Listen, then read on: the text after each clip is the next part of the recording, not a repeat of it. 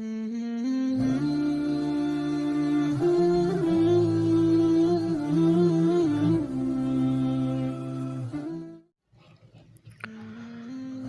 اللہ الرحمن الرحیم۔ کتاب تحفہ والدین برائے تربیت اولاد، اس کا ایک عنوان ہے مؤثر تربیت کے لیے والدین دو چیزیں لازمی اپنائیں۔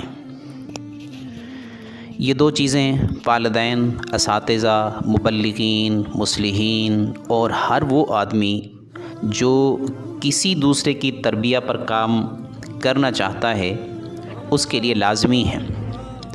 ان دونوں کے بغیر تربیت کا کوئی کام درست طریقے سے انجام نہیں دیا جا سکتا۔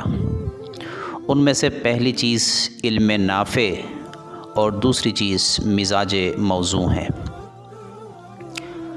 نمبر 1، علم نافع۔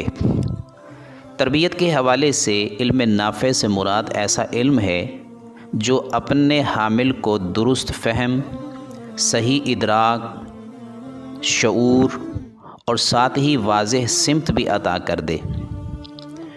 علم نافع کے لیے زیادہ علم یا زیادہ معلومات ہونا بالکل ضروری نہیں، بلکہ موقع محل کے مطابق ضروری علم ہونا، واضح ہونا اور درست سمت کی طرف رہنمائی کرنے والا ہونا ضروری ہے۔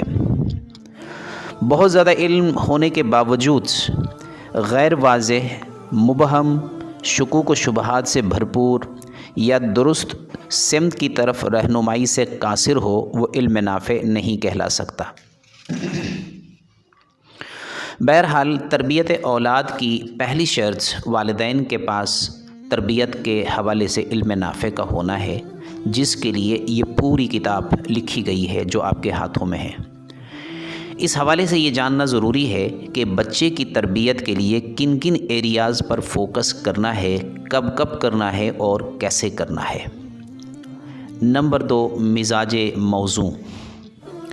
تربیت اولاد کے لیے یہ دوسری بنیادی شرط ہے کہ اساتذہ، مربی اور والدین اپنے مزاج پر کام کر کے اسے بچوں کی تربیت کے لیے مناسب، خوبصورت اور موزوں بنائیں، جس کے نتیجے میں وہ ہر حال میں خوش رہنے کے عادی بن سکیں اور غصہ یا ناراضگی کی کیفیت کو اپنے مزاج اور طبیعت پر حاوی نہ ہونے دیں۔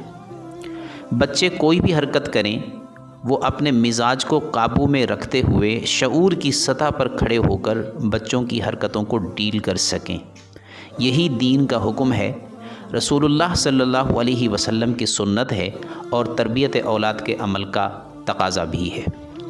مزاج کو انگریزی میں ٹیمپرامنٹ اور اردو میں طبیعت کہا جاتا ہے۔ مزاج یا طبیعت انسان کا وہ مستقل رویہ ہوتا ہے جسے ظاہر کرنے کے لیے اسے سوچنا اور تکلف نہ کرنا پڑے، بلکہ تحت شعور سے خود بخود آپریٹ ہو کر سامنے آ جائے اور مستقل طور پر بار بار یہی رویہ اپنے آپ ظاہر ہو سکے۔ اس کے مقابلے میں ایک اور لفظ موڈ ہوتا ہے۔ یہ بھی انسان کے ایک خاص رویے کے اظہار کا نام ہے، لیکن موڈ وقتی اور عارضی رویہ کا نام ہے، مستقل اور بے تکلف نہیں۔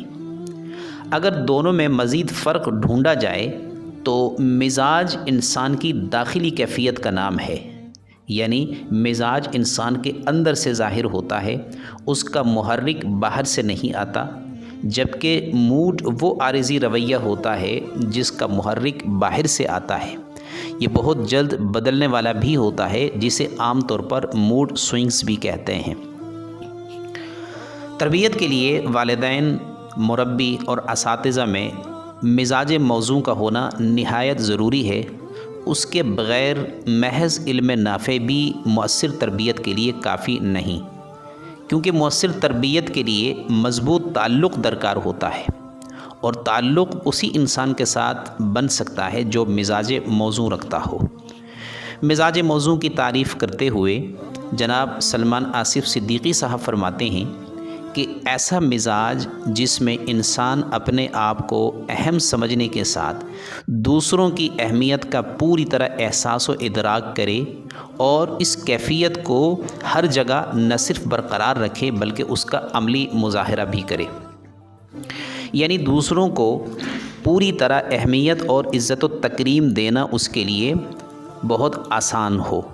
حدیث پاک میں آتا ہے، نبی کریم صلی اللہ علیہ وسلم نے ارشاد فرمایا کہ کامل مسلمان وہ ہے جو دوسروں کے لیے بھی وہی پسند کرتا ہے جو اپنے لیے پسند کرتا ہے۔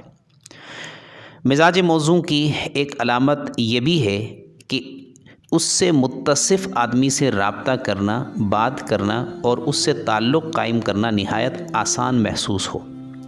وہ ایسا انسان ہو کہ جس کے لیے معاف کرنا اور معافی مانگنا بہت آسان ہو گیا ہو۔ وہ بہت جلد لوگوں سے مانوس ہو جاتا ہو اور لوگوں کو اپنے ساتھ مانوس کر سکتا ہو۔ خوش طبع، خوش مزاج اور وفادار ہو۔ غیر ضروری ناراضگی کا اظہار، غصہ، بد مزاجی اور چڑچڑاپن اس کی زندگی سے حرف غلط کی طرح محو ہو گئے ہوں۔ انسان سازی، تعمیر شخصیت اور تربیت اولاد کے کام بڑے انسانوں کے ہوتے ہیں جن کا ظرف بہت وسیع ہوتا ہے۔ مزاج موزوں کے بغیر بڑا انسان بننا بہت مشکل کام ہے۔ جناب احمد جاوید صاحب بڑے آدمی کی نشاندہی کرتے ہوئے فرماتے ہیں کہ بڑا انسان وہ ہے جس کی موجودگی میں کوئی دوسرا انسان اپنے آپ کو کمتر محسوس نہ کرے بلکہ عزت اور برابری کا احساس برقرار رہے۔ دوسرے الفاظ میں مزاج موزوں ہر بڑے انسان اور ہر مربی کی پہچان ہوتی ہے۔ مزاج موزوں کا تجربہ ہونے کے بعد انسان شکر گزاری کی کیفیت میں چلا جاتا ہے۔ اس کے لیے ہر حال میں خوش رہنا مشکل نہیں رہتا بلکہ آسان ہو جاتا ہے۔ یہی خوشی اور خوش مزاجی کی کیفیت اولاد کی تربیت کے لیے نہایت ضروری ہے۔ والدین کو چاہیے کہ اولاد کی اچھی